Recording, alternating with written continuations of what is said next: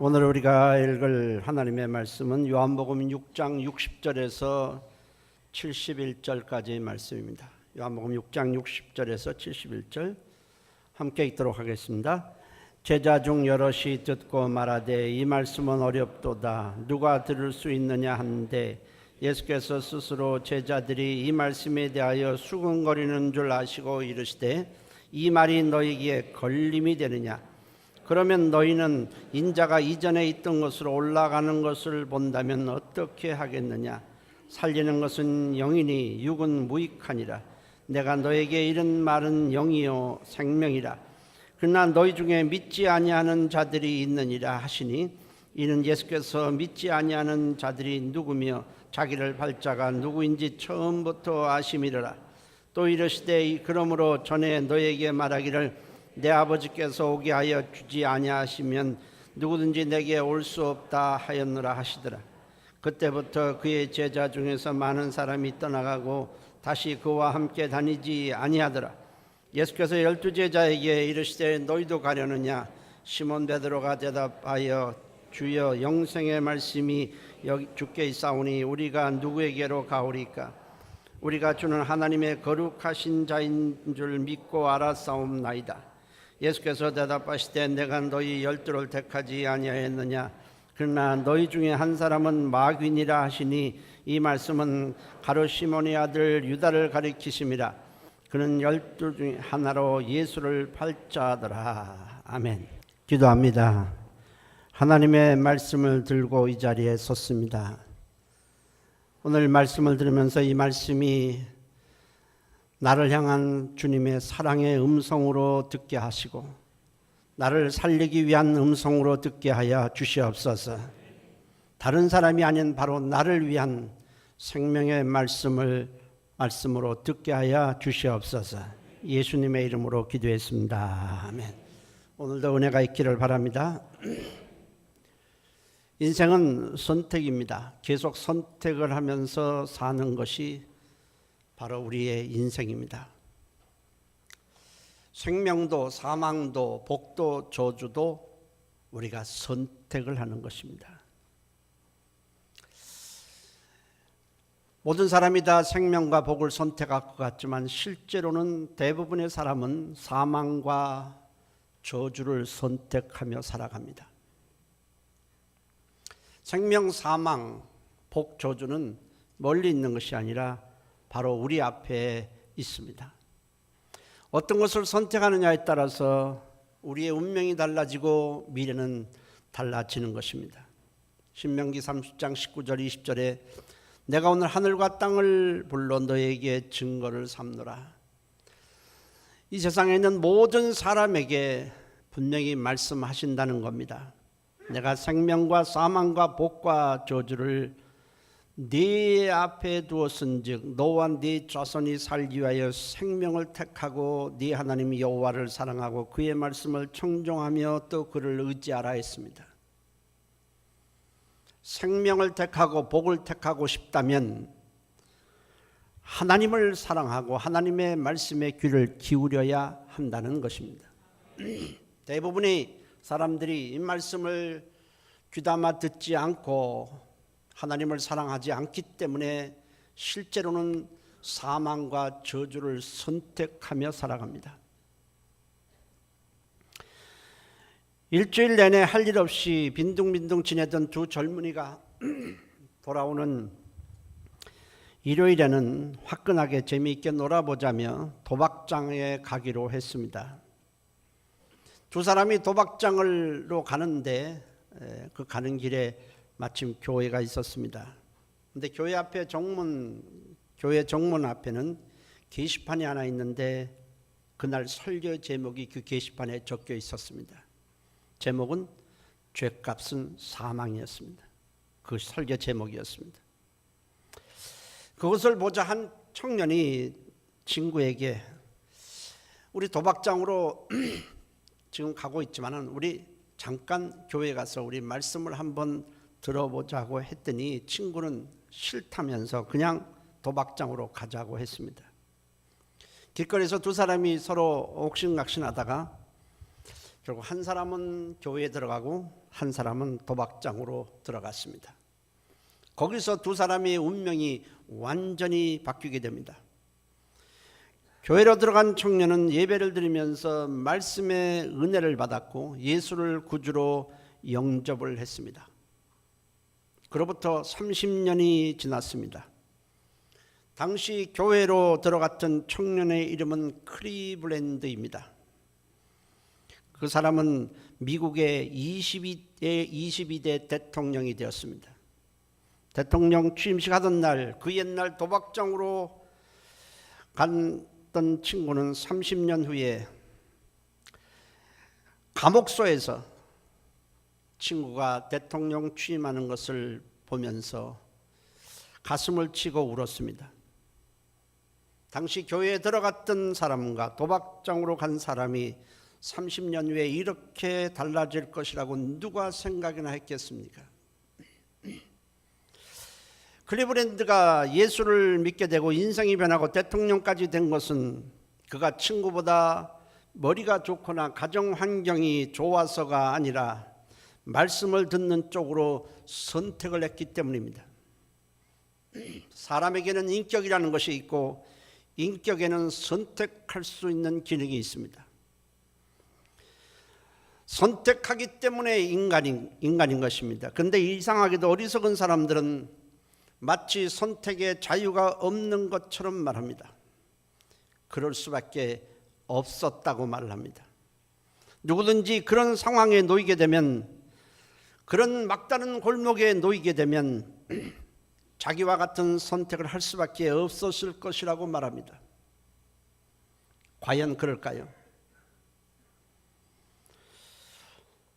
나에게는 선택의 자유가 없다는 것은 인간됨을 포기하는 것입니다.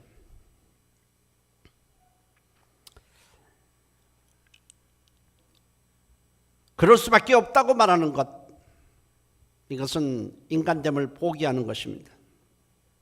우리는 그 길 외에 다른 선택도 할 수 없었다, 어떤 선택도 할 수 없었다고 말할지 모르지만 사실은 다른 것을 선택할 수 있는 길이 있었습니다. 내가 잘못 선택해 놓고는 마치 노예처럼 그쪽으로 갈 수밖에 없었다, 선택할 수밖에 없었다라고 말하는 것입니다. 하나님께서 우리에게 인격을 주신 것은 선택하도록 하기 위해서입니다. 인간에게 있어서 가장 위대한 선택, 최고의 선택은 하나님의 말씀을 듣는 것입니다. 클리블랜드의 인생이 이렇게 바뀐 것은 말씀을 들으면서 은혜를 받았기 때문입니다. 우리가 말씀의 은혜를 받으세요라는 말을 곧잘 하는데, 말씀의 은혜를 받는다는 것은 어떤 것을 의미합니까? 은혜의 핵심은 예수 그리스도입니다. 예수님에 대해서 모른다면 성경에서 말하는 은혜를 받은 것은 전혀 아닙니다. 우리는 은혜를 받았다고 할 때 말씀을 듣는 가운데 예화도 하고 여러 가지 얘기할 때 내 기분이 좋아지는 것을 은혜라고 말하지만 성경은 그것을 은혜라고 말하는 것이 아닙니다. 내 기분이 업되고 내 기분이 좋아지는 것을 말하는 것은 아닙니다. 예수 그리스도 안으로 들어와야 비로소 하나님의 은혜가 있는 것입니다.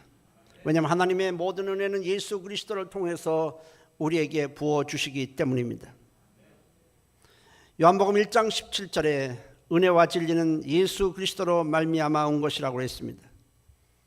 우리가 예배를 끝나고 나서 제가 축도를 하게 되는데 축도의 시작은 어떻게 합니까? 우리 주 예수 그리스도의 은혜와 이렇게 시작을 합니다. 예수를 만나지 못했다면 이 자리에 아무리 앉아 있어도 은혜를 받은 것은 아니기 때문에 그렇습니다. 우리가 말씀에 들으면서 은혜 받았다고 하는 것은 여러 가지 의미가 있습니다. 우선 말씀이 절대 진리로 깨달아지고 믿어진다면 은혜 받은 것입니다. 하나님의 말씀만이 진리입니다.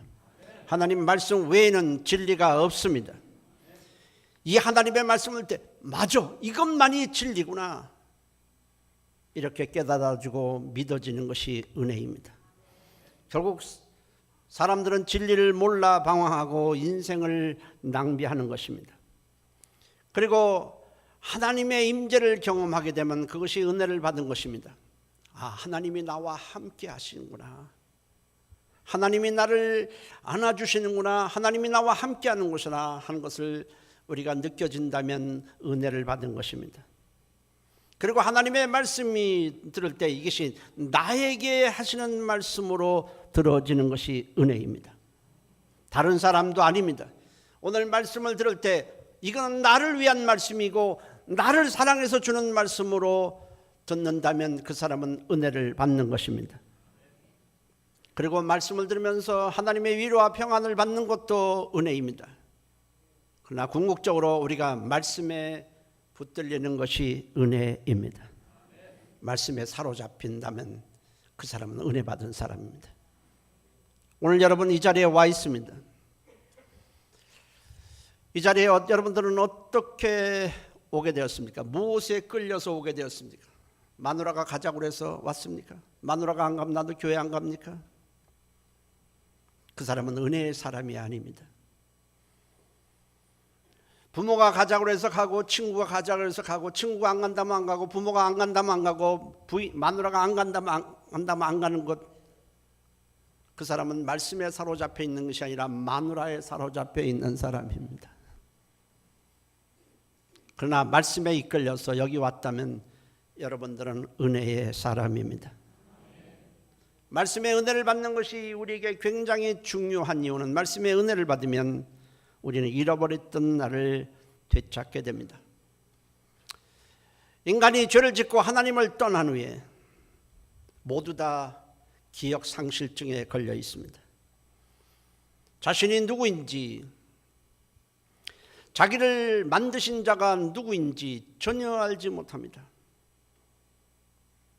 내가 어떻게 살아야 되는지, 무엇을 위해 살아야 되는지, 어디로 가야 하는지 전혀 모르고 살아갑니다.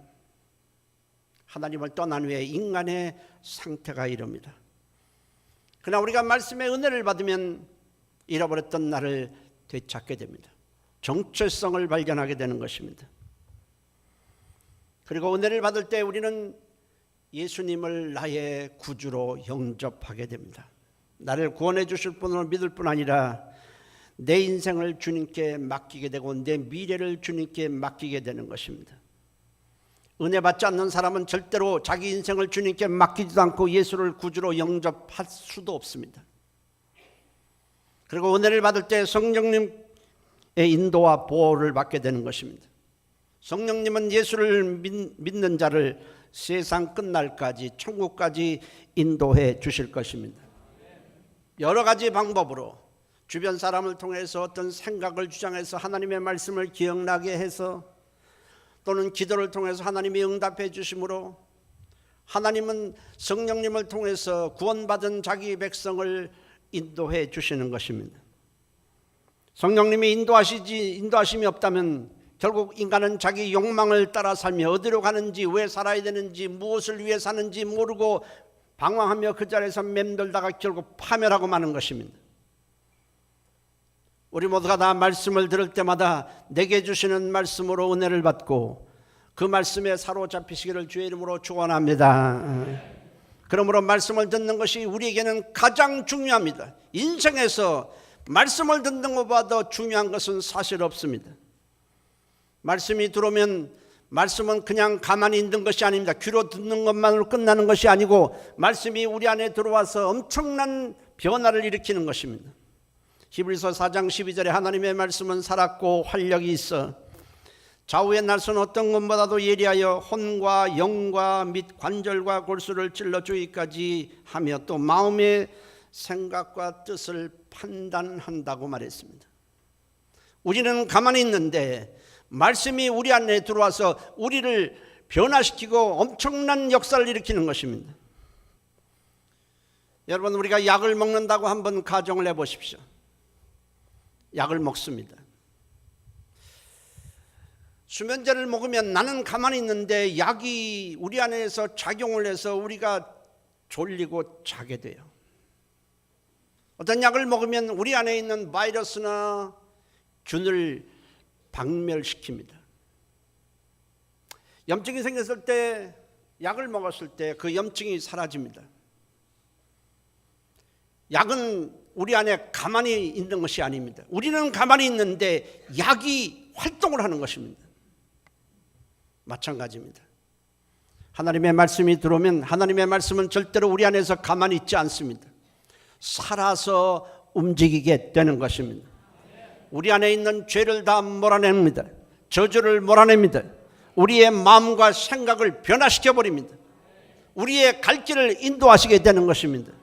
죽었던 영을 살리는 것입니다. 그래서 하나님의 말씀을 우리는 반드시 들어야 하는 것입니다. 그럴 때만이 우리는 값진 인생을 살고 인생을 낭비하지 않으며 살게 되는 것입니다. 예수님께서 제자들에게 장차 자신이 고난받으실 것, 그 십자가를 지실 것을 말씀하셨습니다. 제자들은 충격을 받게 됩니다.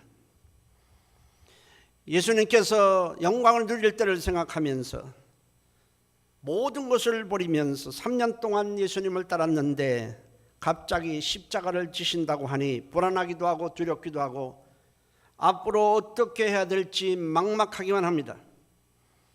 게다가 예수님은 12 제자들 불러놓고 너희 12 제자 중에 한 사람이 나를 배신할 것이라고 말씀하시는데 누구인지는 밝히지 않습니다. 이름은 밝히지 않고 너희 중에 배신할 자가, 나를 배신할 자가 있다라고만 말씀을 하십니다.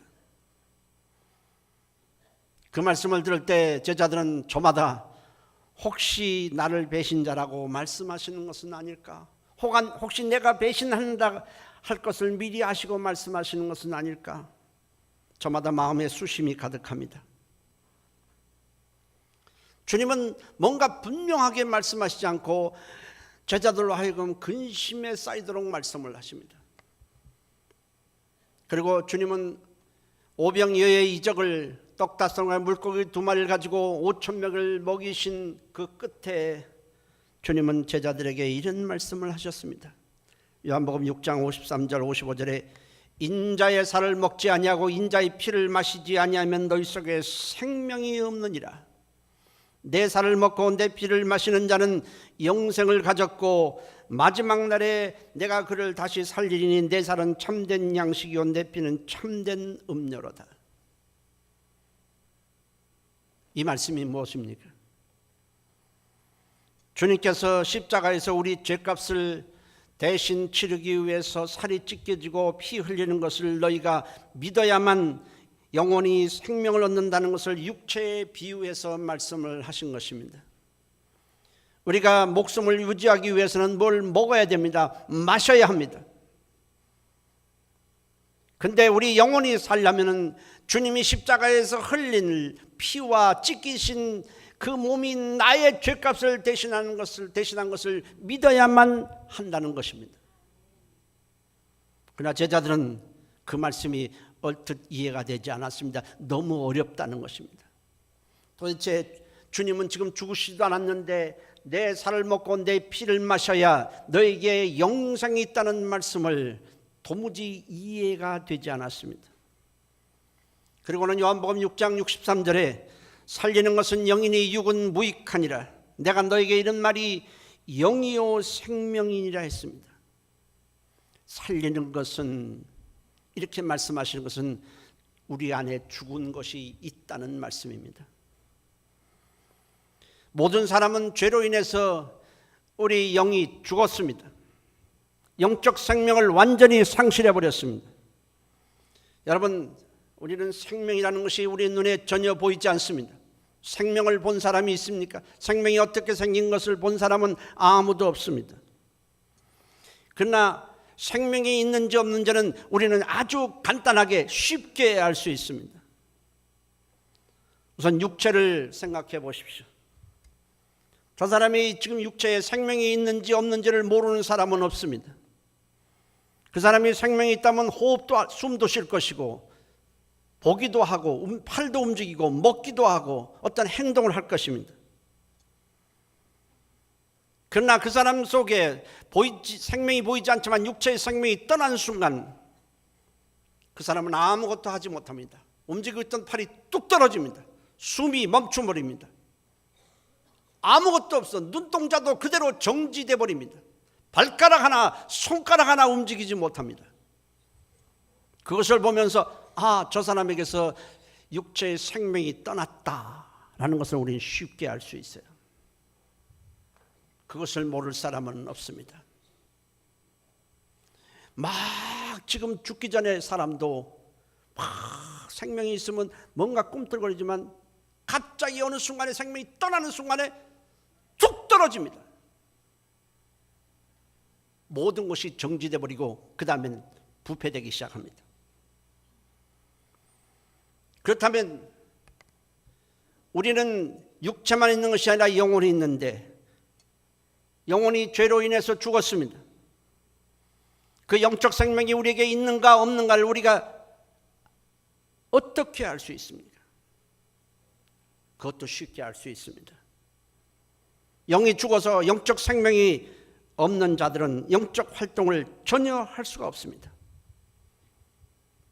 하나님은 영이시기 때문에 우리 육체로는 분별할 수 없습니다. 우리 영은 그러나 압니다. 영이 죽어있는 사람은 하나님을 알지 못합니다. 당연히 하나님께 기도도 하지 못합니다. 찬양도 하지 못합니다. 하나님의 사랑도 모르고 하나님을 사랑하지도 못합니다. 죽어있기 때문에, 영적으로 죽어있기 때문에, 영적 생명이 끝났기 때문에 영적 활동이 정지된 것입니다.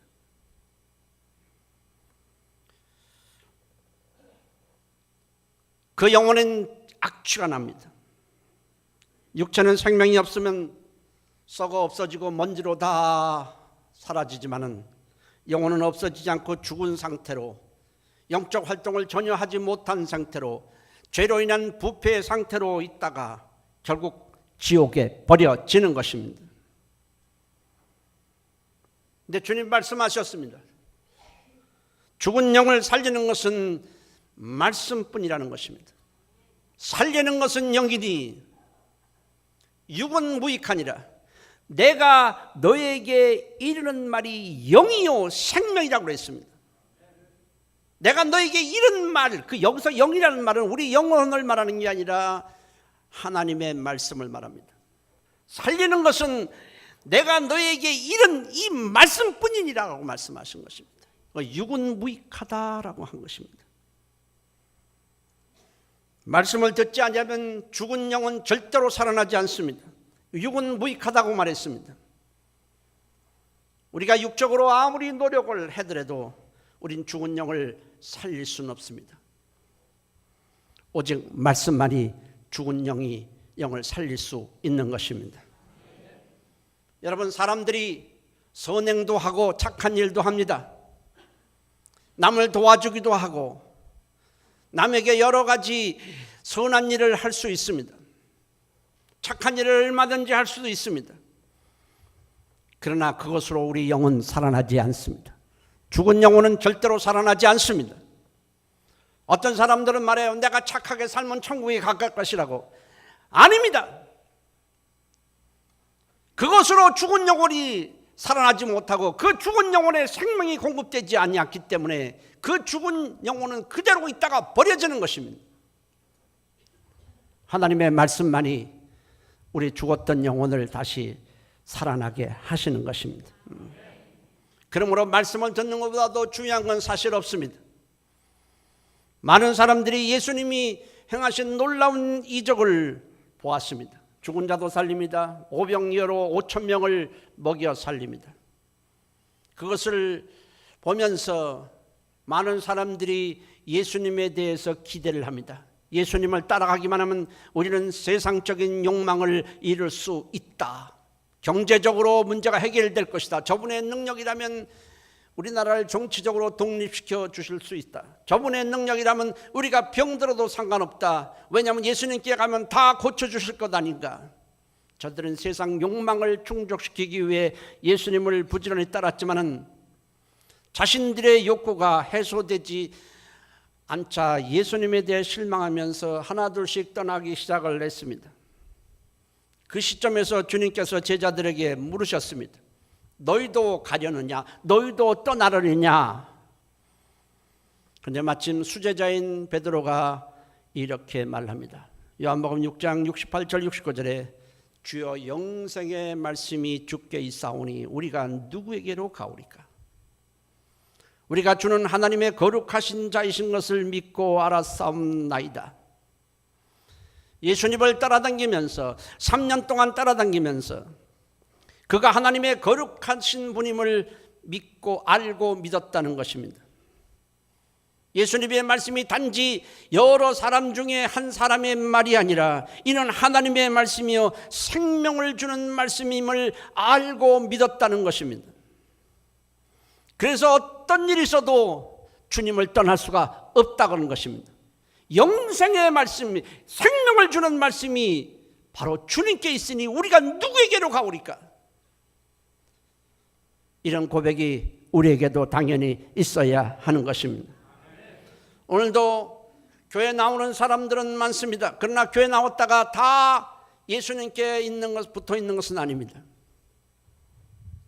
세상적인 욕구, 세상적인 여러 가지 어려움 때문에 이 문제만을 해결하기 위해서, 세상 욕구가 충족되기 위해서 교회에 나오고 주님의 말씀을 듣지만은 그것이 자기가 욕구대로 이루어지지 않을 때 실망하고 떠나는 사람들은 지금도 얼마든지 많습니다.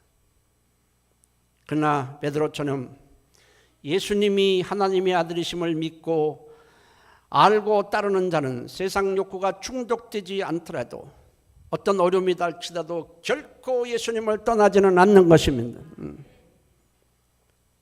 여러분, 우리는 마태복음, 마가복음, 누가복음, 요한복음을 사복음서라고 일컫습니다. 근데 사복음서를 보면 비슷한 내용이 이 복음서에도 있고 저 복음서에도 있는 것을 우리가 보게 됩니다.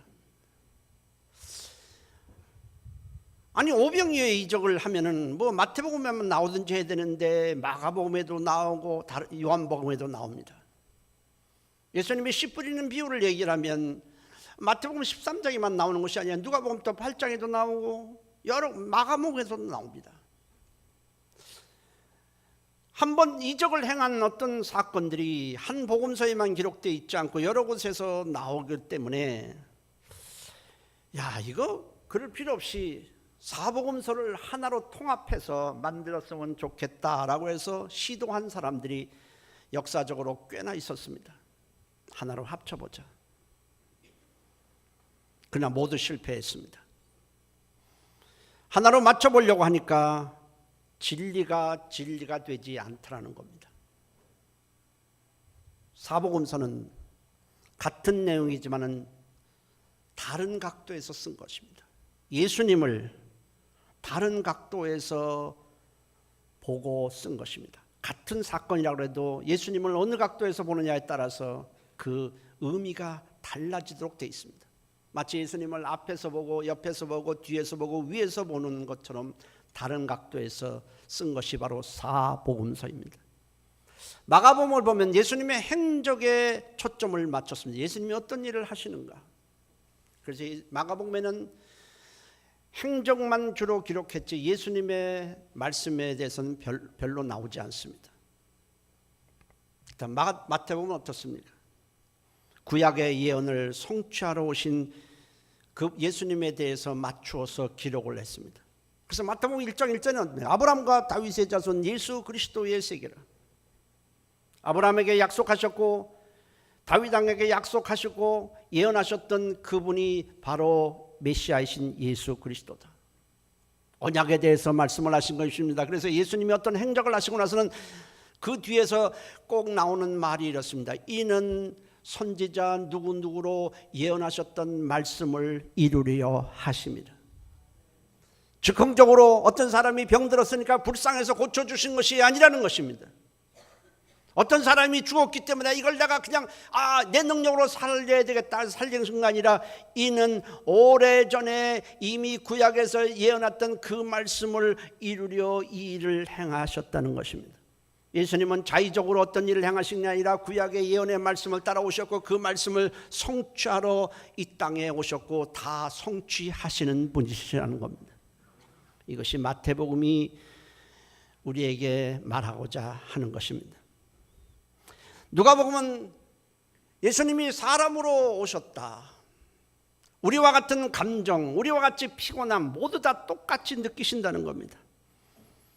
사람으로 오신 예수님에 맞추어서 기록을 했습니다. 그래서 누가 보면 예수님의 휴머니즘에 대해서 많이 언급이 됩니다. 그런가 하면 요한복음은 좀 더 다른 각도입니다. 예수님이 하나님이시라는 겁니다. 본질이 하나님이시라는 것입니다.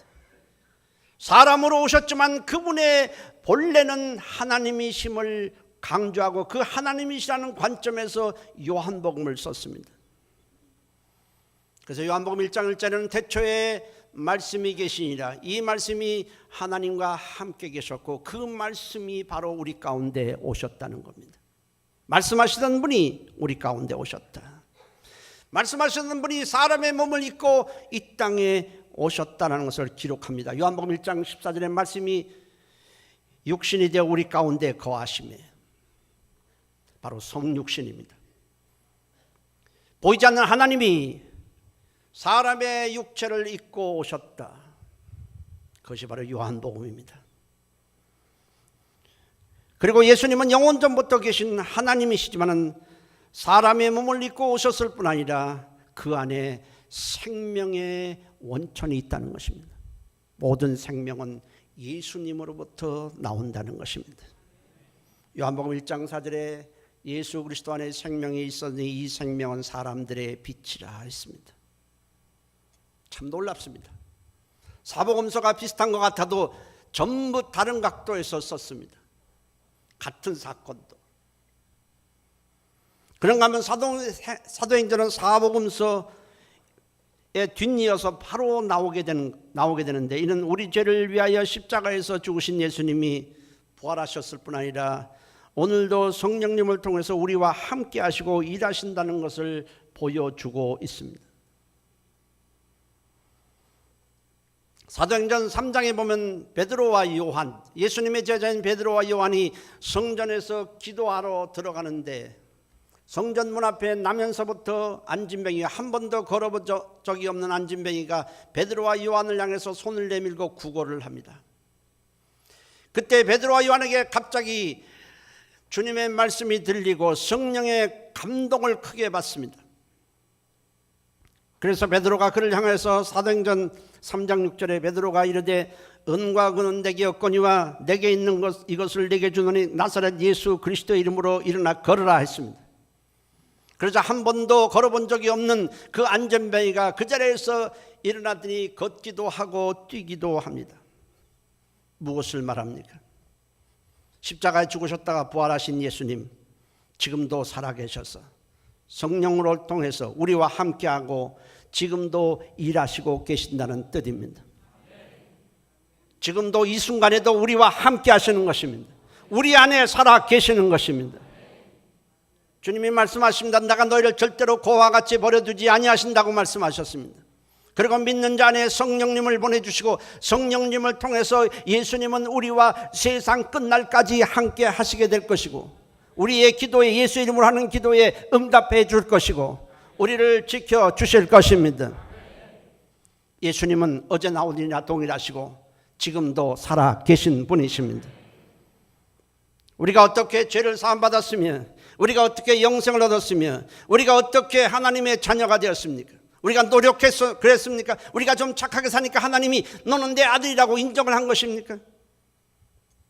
네가 그 정도 남을 돕고 살았으니 네 죄를 다 탕감해 주겠다고 해서 우리가 죄를 사함받은 것입니까?